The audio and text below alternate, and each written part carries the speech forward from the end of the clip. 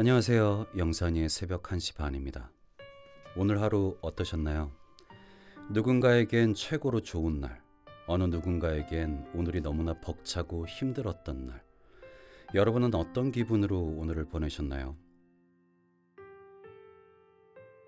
그래도 오늘이 어떤 하루였던 간에 오늘 하루 너무나 수고하셨습니다. 고생하셨습니다. 그리고 오늘 하루를 보낸 나에게 감사합니다. 토닥토닥, 쓰담쓰담. 오늘 사연은 아들과 아빠의 이야기입니다.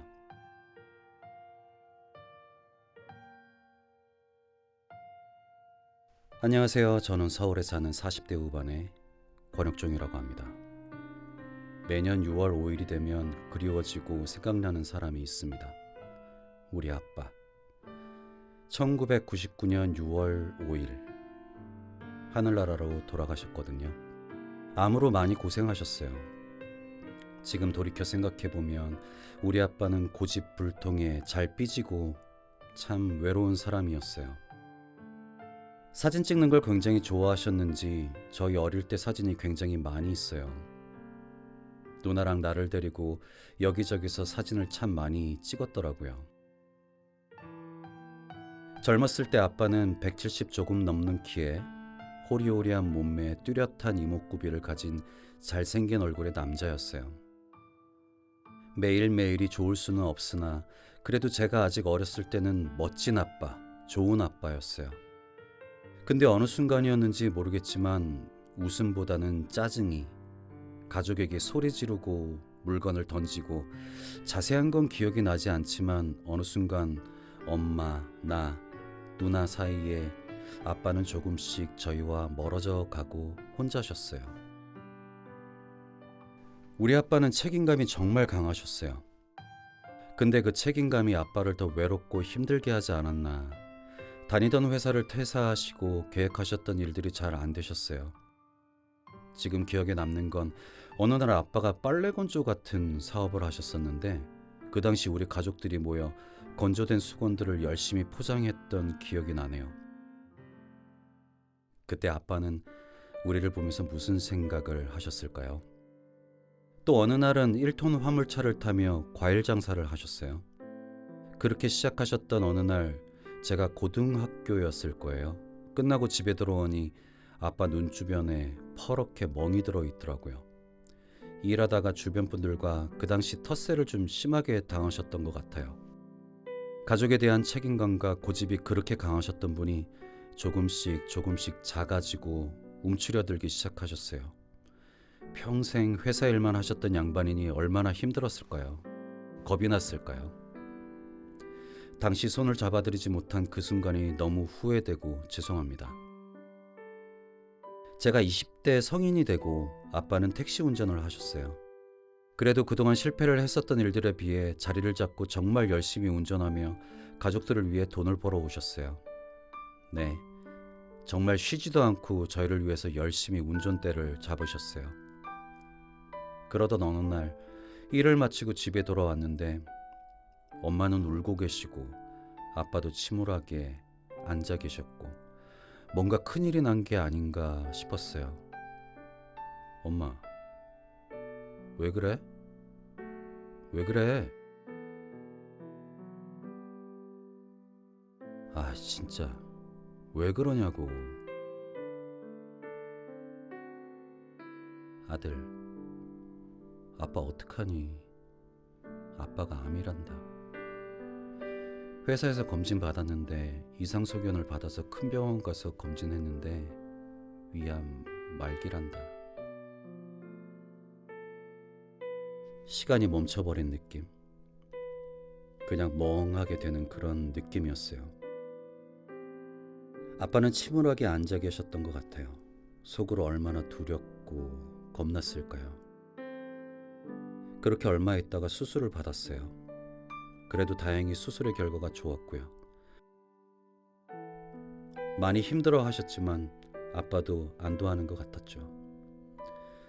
그런데 오랜 시간 엄마와 나, 누나, 그리고 아빠 서로가 서로에게 멀어지기 시작했고 아빠는 아빠대로 환자인데도 불구하고 자신을 컨트롤 못하며 스스로를 힘들게 만들었어요.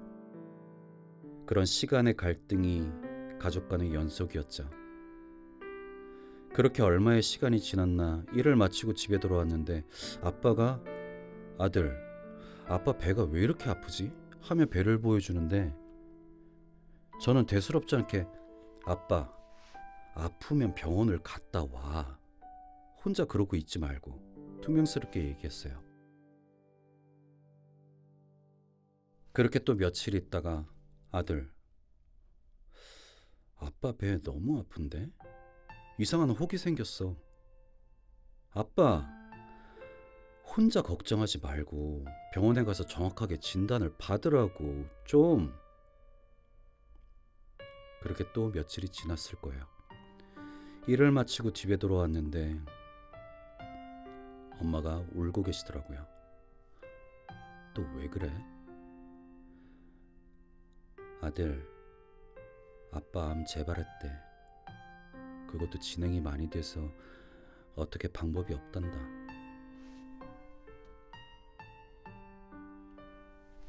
병원에서 4개월 판정 받으셨던 것 같아요. 아빠는 무슨 생각을 하고 계셨을까요? 시간이 갈수록 급격하게 살이 빠지기 시작하셨고 점점 기력도 없어지기 시작하셨어요. 병원에서도 이젠 방법이 없다며 집으로 모실지 계속 병원에 있을지 그래서 집으로 모셨어요. 저희 가족은 매일 밤 아빠의 손을 잡고 둘러앉아 묵주기도를 엄마를 중심으로 열심히 했어요. 하루도 거르지 않았어요.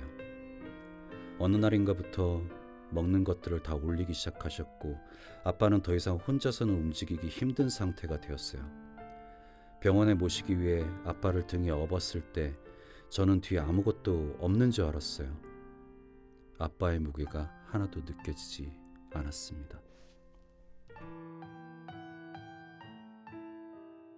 이제 그런 당신이 아빠는 제 등에서 얼마나 힘드셨을까요? 네, 얼마나 두려웠을까요? 1999년 6월 출근 준비를 하고 있던 저에게 아빠가 아들, 오늘 아빠가 회덮밥이 먹고 싶어. 올 때 사와. 알았어요. 다녀올게요. 쉬고 계세요. 집을 나와 계단에 앉아 혼자 펑펑 울었던 생각이 납니다. 퇴근을 하고 자주 가는 횟집에 들러 아빠 거는 양념을 다 빼고 포장해 갔죠. 아빠, 저 왔어요. 회덮밥 사왔어요. 잠시만요. 어느 날부터 아빠는 창밖만 멍하니 쳐다보며 앉아 계셨어요. 부엌에서 식사를 준비하는데 왜 그렇게 눈물이 흐르던지. 아빠와 둘이서 마주 앉아 아무 말 없이 회덮밥을 먹었습니다.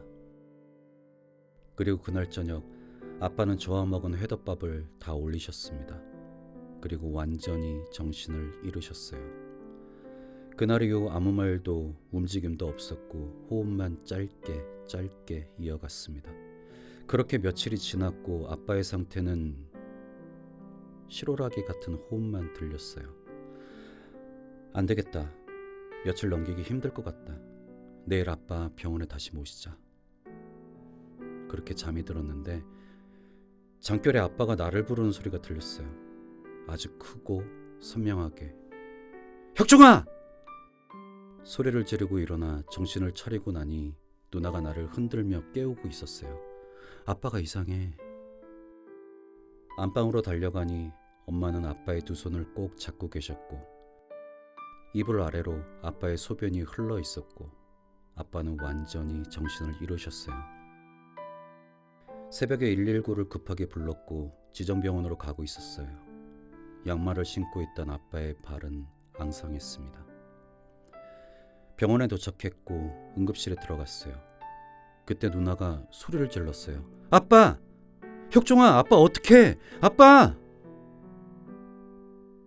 의사분들이 오셨고 상태를 체크하시더니 권오육님 6월 6일 아침 사망하셨습니다.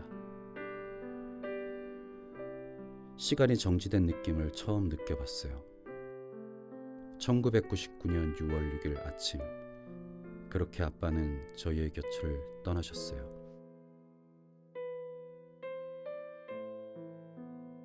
그날 아빠와 먹었던 회덮밥이 아빠의 마지막 식사였습니다.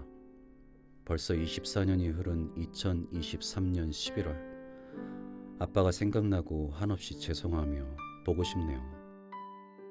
어떤 분들이 그러더라고요. 사람이 죽으면 원래 있던 곳으로 돌아가는 거라고. 그곳에서 편안하신지.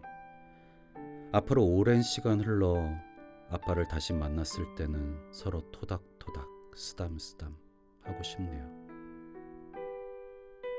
네, 이상 지영산의 이야기였습니다. 오늘 여러분의 아빠, 아버지가 섭섭하게 했거나 속상하게 했어도 아빠 감사합니다. 아빠 고마워요. 아빠 힘내세요. 우리가 있잖아요. 한번 안아드리세요. 좋아하실 거예요. 여러분의 사연 기다리고 있을게요. 보내주세요. 잘 읽어드릴게요. 영산이의 새벽 1시 반이었습니다. 잘 자요.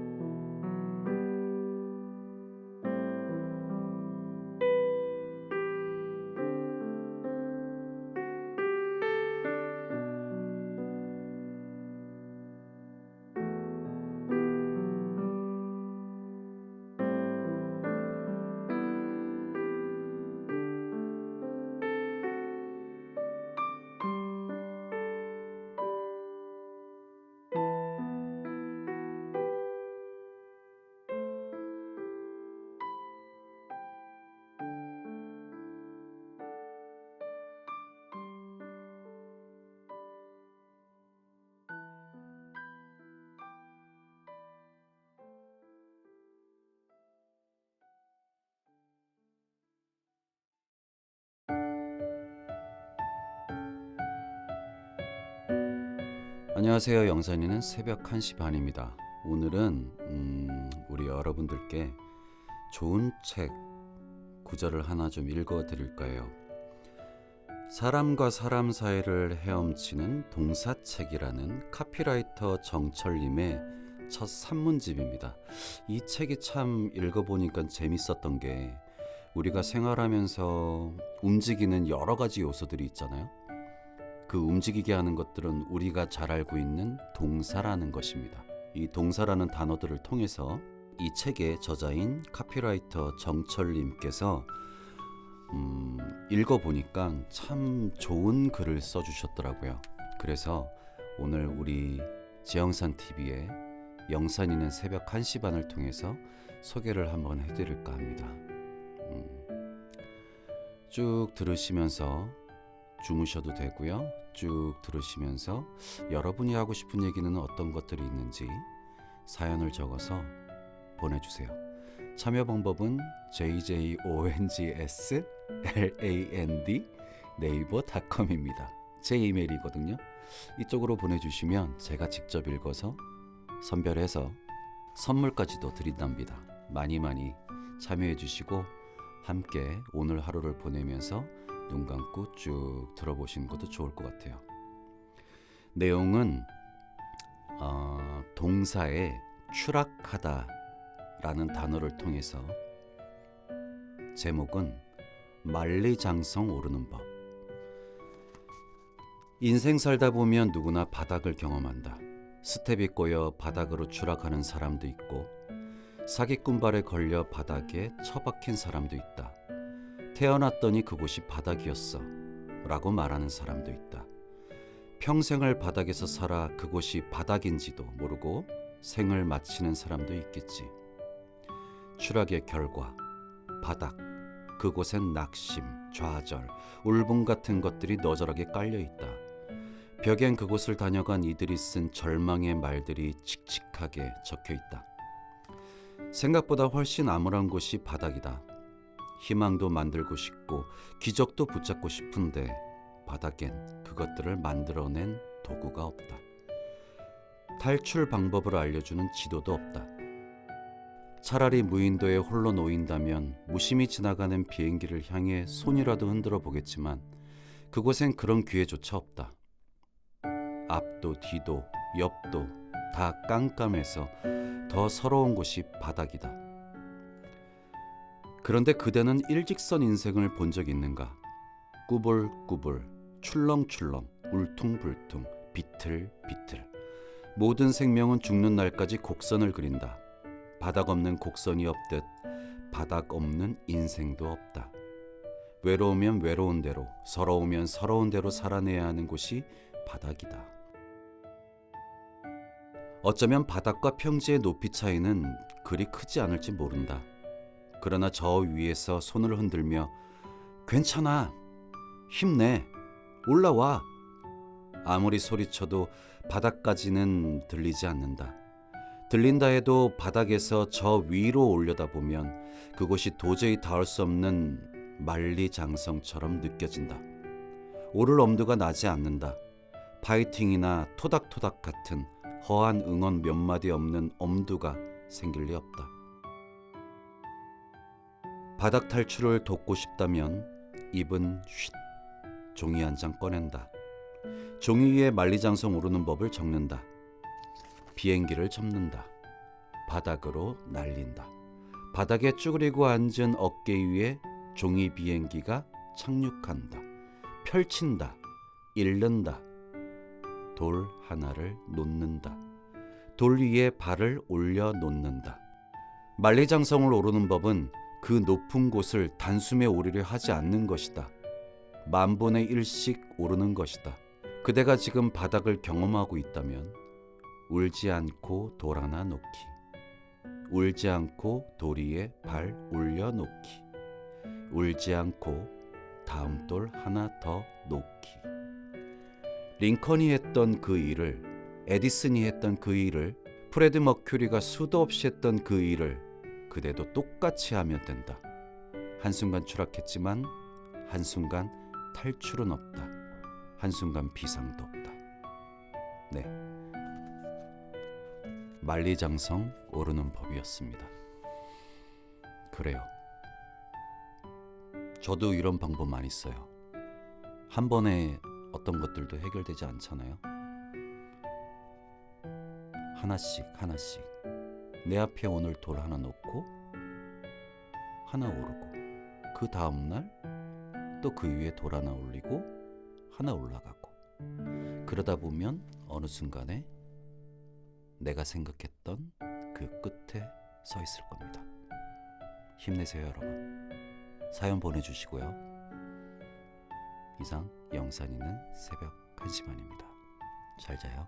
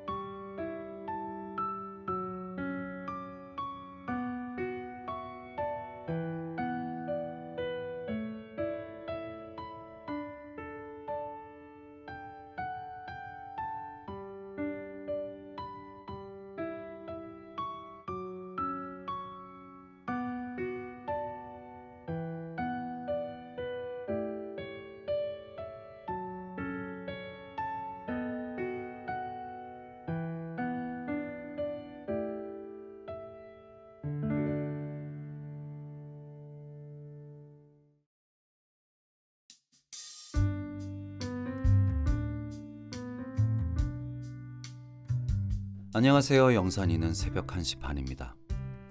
여러분은 이별이란 걸 어떻게 생각하시나요?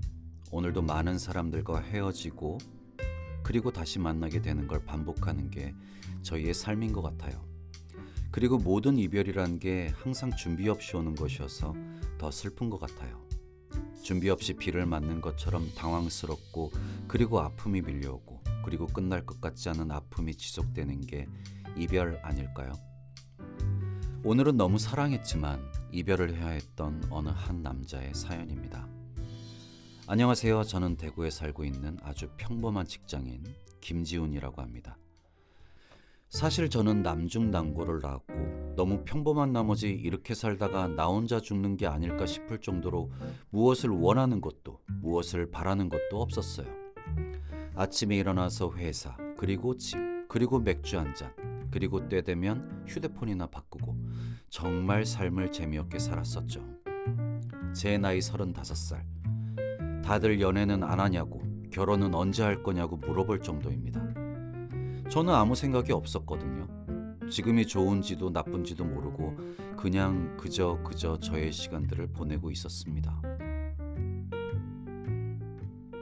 어느 날이었어요. 저희 집 앞에 있던 조그마한 슈퍼가 없어지고 리모델링을 하고 있더라고요. 아주 작은 카페를 리모델링하는 것 같았죠. 그렇구나 하고 저는 그곳에 의미를 두지 않았습니다. 어느 날 보니 오픈을 했나 봐요. 모든 게 하얀색인 카페. 그리고 카페 안은 그 사장님의 스타일이 느껴지는 그런 카페였어요. 근데 저는 커피를 그닥 좋아하지 않아서 카페엔 관심이 없었는데 누군가 말을 걸어왔어요. 안녕하세요. 저희 카페 오픈했어요. 오셔서 커피 드셔보시면 맛있을 거예요. 거기 카페 사장님이었어요. 뽀얗고 키는 작았지만 눈웃음이 너무 이쁜 사람이었죠. 저는 커피 안 좋아합니다 하고 지나쳤어요. 제가 분명히 커피 안 좋아한다고 했는데 거의 일주일 동안이나 제가 지나가면 안녕하세요 하면서 인사를 해주시는 거예요. 저는 처음에는 저 사람 왜 저러지?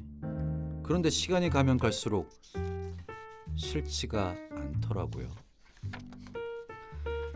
매일 인사만 받던 저는 안 되겠다 싶어서 하루는 카페를 들어갔어요. 저기 커피 주세요. 아니 커피 종류는 뭐 그렇게 많을까요? 그래서 퉁명스럽게 아무거나 주세요. 사장님께서 제일 맛있는 걸로 만들어 드릴게요. 잠깐 앉아 계세요. 그런데 그날은 무슨 날이었을까요? 아무것도 눈에 들어오지 않던 내가 그 카페 사장이 눈에 들어오는 거였습니다. 그 카페 사장님밖에 안 보이는 거예요. 내가 미쳤나? 했습니다. 그러면서 커피를 주시는데 저는 뛰쳐나왔어요. 그냥 뭔 생각인지 달렸습니다. 도대체 이게 무슨 마음이지? 왜 내가 이렇게 뭔가 바보 같은 느낌이지? 그런데 더 바보 같은 거는 매일 가서 커피를 시켜놓고 아무 말도 못하고 커피만 가지고 나오는 게 일상이었습니다. 그리고는 커피를 못 마시니 지하철역에 와서는 커피를 버리기 일쑤였습니다. 매일 밤 생각나고 매일 생각나고 이거는 좋아하는 거다라는 판단에 저는 아침에 카페 여는 시간에 맞춰서 들어가서 사장님 좋아합니다. 그 눈이 더 커지면서 네? 하는 거였어요. 너무 이뻤습니다. 확실했어요. 내가 좋아하는 게. 그래서 다시 한번 말했습니다. 저 사장님 이름도 모르고 아무것도 모릅니다. 그런데 저 사장님 좋아하는 것 같습니다. 죄송합니다. 아니 죄송한 게 아닌데 그러니까 저기 아니 그 말씀을 더듬고만 있지 마시고 일단 앉으세요. 커피 드릴게요. 사장님은 계속 웃고 있었고 저는 떨려서 아무 말도 못했죠. 사장님이 커피를 건네시면서 이야기를 시작했어요. 제 이름은 김미진이에요. 그리고 성함이 김지훈 씨 맞으시죠? 저번에 어디랑 통화하는 거 들었는데 김지훈 대리입니다 하시더라고요. 저 여기 이사 온 지도 얼마 안 됐고 하니 우리 친구예요. 저는 33살이에요. 처음에는 나이도 같고 친구하자는 말이 너는 안 돼. 이런 말로 들리지 않았고 천천히 알아가자 라는 말로 저는 들렸어요. 그리고 이때까지 친구가 없어서 그랬는지 몰라도 친구랑은 도대체 뭘 해야 되는지도 몰랐고요. 친구? 뭐 하자는 거지? 그래서 저는 친구가 없어서 친구랑 뭘 해야 하는지 잘 몰라요. 미진 씨는 웃으면서 그럼 제가 하자는 거 다 하시면 돼요. 일단 오늘 밤에 뭐 하세요? 카페 7시에 마치니까 저녁에 운동화 신고 나오세요. 두근거리는 마음을 안고 약속 장소에 나가니 이 사람은 조깅을 좋아하는 사람이었습니다. 저는 걷는 것도 숨차 하는 사람인데 계속 뛰었습니다. 토할 정도로. 그렇게 시작해서 등산, 운동 등을 거의 맨날 했죠. 회사에서는 조는 게 일수였고요. 그러던 중 하루는 운동을 마치고 조용한 선술집으로 향했습니다. 그러면서 미진 씨는 이야기를 꺼냈어요. 저는 사실 부모님이 안 계세요. 부모님이 일찍 돌아가시고 저는 혼자 아르바이트를 하면서 지금까지 삶을 살았어요. 그러다 보니 저는 어느 누구도 잘 못 믿는 성격을 가지고 있었어요. 그런데 저 또한 지훈 씨가 눈에 들어오기 시작했어요. 매일 무엇들을 보며 때론 통화를 하고 때론 무언가에 집중하며 저렇게 성실하게 사는 사람은 뭐 하는 사람일까? 궁금했어요. 그러면서 저랑 친구처럼 지내면서 더더욱 지훈 씨한테 끌리게 되었어요. 그리고 가만히 있으면 죽을 때까지 아무 말도 안 하겠다 싶어 제가 먼저 말씀드립니다. 우리 사귀어요. 가슴이 터질 것 같았습니다. 제가 이렇게 이쁜 사람을 만나도 되나? 이게 도대체 뭐지? 네, 말을 계속 더듬고 있는데 미지 씨가 말을 가로채면서 나 그냥 좋아한다고 말해요. 빨리 알겠다고 하면 돼요. 그래서 자동적으로 고개를 끄덕였습니다. 그렇게 우리의 일일은 시작이 되었습니다. 매일 우리는 함께였고 매일 밤 통화하며 통화가 끝나면 보고 싶다고 또 집 앞으로 달려가서 얼굴을 보고 오고 매주 주말이면 뭐 할지 한 달 리스트들을 적어놓고 우리는 그렇게 내일이 오지 않을 것처럼 사랑했습니다. 그런데 어느 날이었죠. 그렇게 사랑하던 날 속에 저에게 일이 일어났습니다. 저는 보험 일을 하고 있었고 영업이 필수인 그런 사람이었습니다. 어느 날 전화 한 통을 받았습니다. 어떤 고객 전화였는데 아버님이 많이 아프신데 보험을 들지 못했다며 한 번만 도와달라는 것이었습니다. 미진이에겐 일찍 잔다고 이야기해놨는데 너무 급해 보여서 저희 집 앞으로 와달라고 요청을 했습니다. 그리고 나서 어디로 갈 곳이 없어서 제 차 안에서 이야기를 하기로 했죠. 너무 사정이 딱했습니다. 저는 최대한 도움을 드리기 위해서 노력했습니다. 그런데 고객이 너무 우는 거예요. 그래서 저는 휴지를 건네드렸죠. 그날은 무슨 날이었는지 모르겠지만 휴지를 건네는 모습을 미진이가 본 겁니다. 잠이 안 와서 맥주를 사러 가는 길이었던 것 같아요. 그렇게 작은 오해가 시작이 되었습니다. 어느 날부터 자기야 불렀지만 미진이는 뒤도 돌아보지 않고 집으로 돌아갔습니다. 어느 날부터 자기야 불렀지만 미진이는 뒤를 돌아보지 않고 집으로 돌아갔습니다. 그리고 그 다음부터는 3번 연락하면 단답 1번, 5번 연락하면 단답 1번 이런 식으로 연락이 줄어드는 거였습니다. 그러면서 2주째 연락이 안 되던 어느 날이었습니다. 모르는 번호로 전화가 왔는데 혹시 김지훈 씨 맞으시죠? 뭔가 쎄한 느낌이 들었습니다. 김미진 씨 보호자님을 찾아야 되는데 부모님은 안 계시는 것 같아서요. 그래서 주무실 때 휴대폰을 찾아보니 김지훈 씨 이름이 있어서 연락드렸습니다. 혹시 남자친구 되시나요?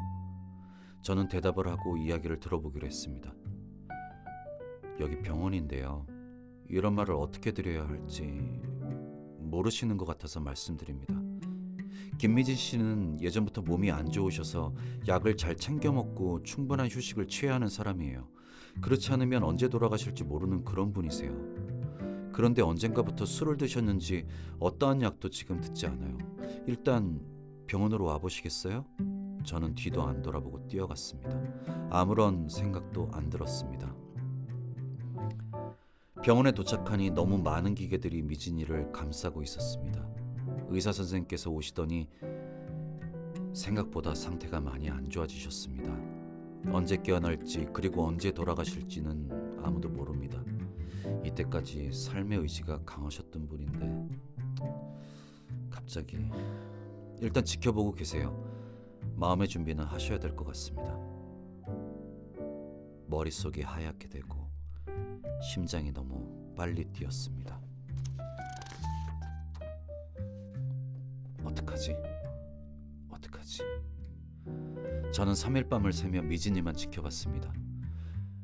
그리고 꿈인지 생신지 오빠 하는 소리가 들렸습니다. 놀랍게니 미진이가 저를 계속 부르는 거였습니다. 꿈이 아니었어요. 오빠, 다른 여자 만나는 거 아니지? 응, 아니야. 아닌 거 잘 알잖아. 그럼 오빠, 사랑한다고 한마디만 해줄래? 너무 졸려. 응, 사랑해 미진아. 그리고 며칠이 지나고 미진이는 저의 곁을 떠났습니다. 이 일이 있고 난 후 2년이 지났는데도 아직 저는 삶을 잘 살아내지 못하고 있습니다. 너무 작은 오해였는데 사랑하는 사람을 보내버렸다는 생각에 아직까지도 아무것도 못하고 있습니다. 모르겠습니다. 어떤 말을 해야 할지. 너무 사랑해서, 아직 사랑해서 힘든 하루하루를 버티고 있습니다. 저 어떡하면 좋을까요? 지금까지 김지훈 씨의 이야기였습니다.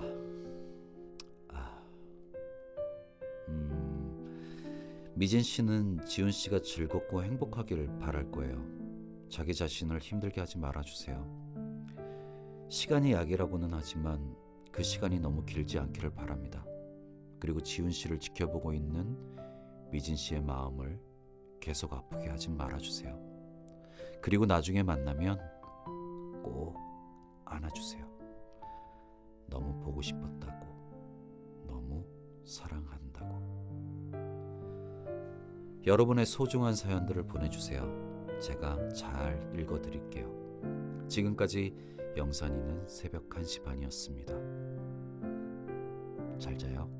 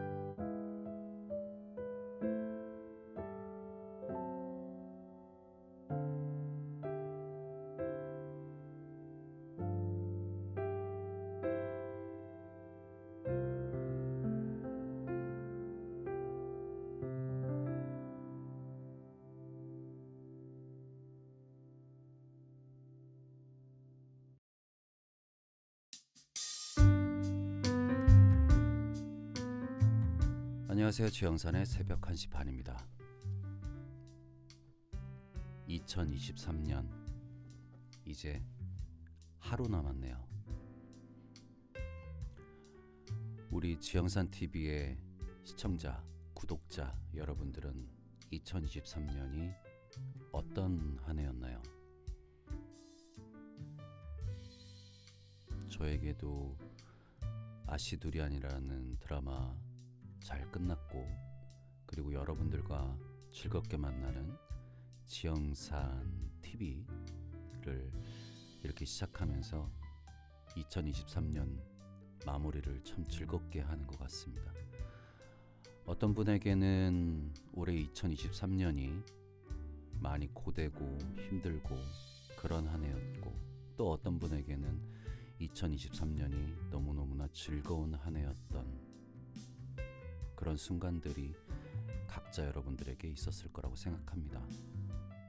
하지만 중요한 건 우리 모두 다 2023년 수고하셨고요. 우리 열심히 1년을 살은 우리 자신에게 잘했다고 칭찬해 줬으면 좋겠습니다. 그리고 곧 다가올 2024년 우리 지영산TV의 구독자, 시청자 여러분들, 앞으로 다가올 2024년 새해 복 많이 받으시고요. 우리 모든 분들에게 좋은 일들이 가득하시길 항상 기도하겠습니다. 우리 화이팅 해볼까요? 자, 우리 23년을 마무리하는 이 시점에서 마지막 오늘 사연, 23년의 마지막 사연이 될 것 같네요. 오늘은 감사하게도 사연을 보내주셨답니다.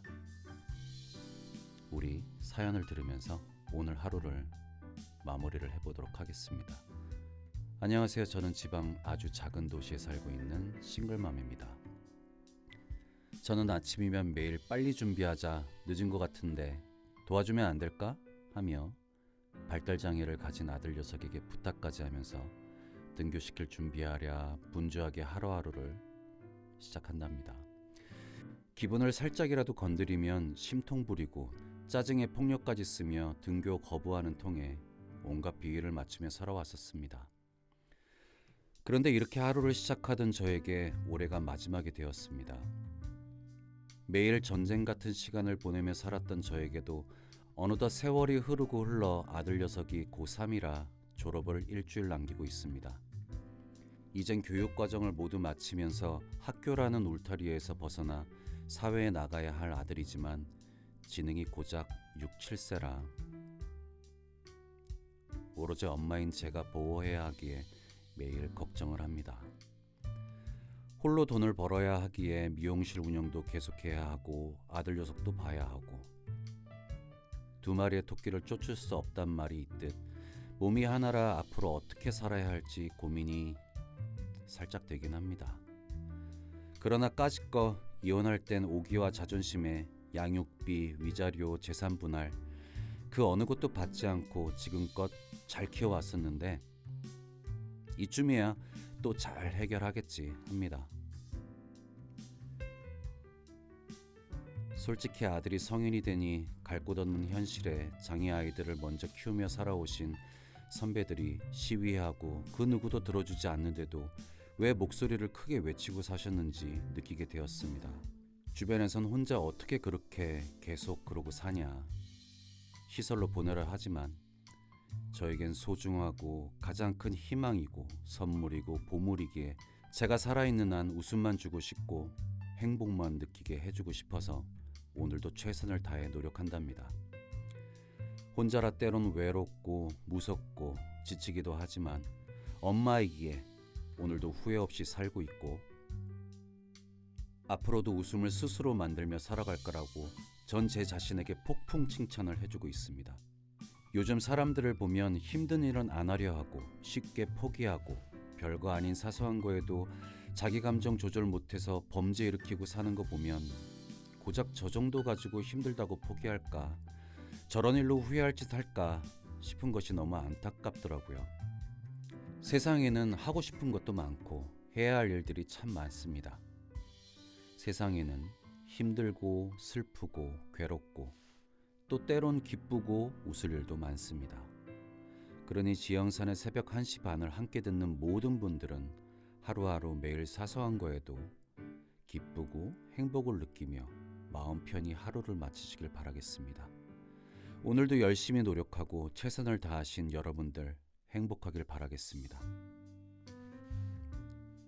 지방 아주 작은 도시에서 매일 하루하루 최선을 다하는 어느 엄마가 올린 점점점. 네, 엄마라는 위대함 대단하신 것 같아요.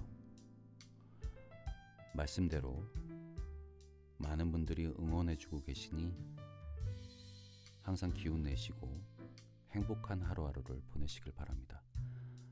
사연 보내주셨으니까 선물 보내드릴게요. 감사합니다. 우리 여러분들도 지영선의 새벽 1시 반 사연 보내주세요.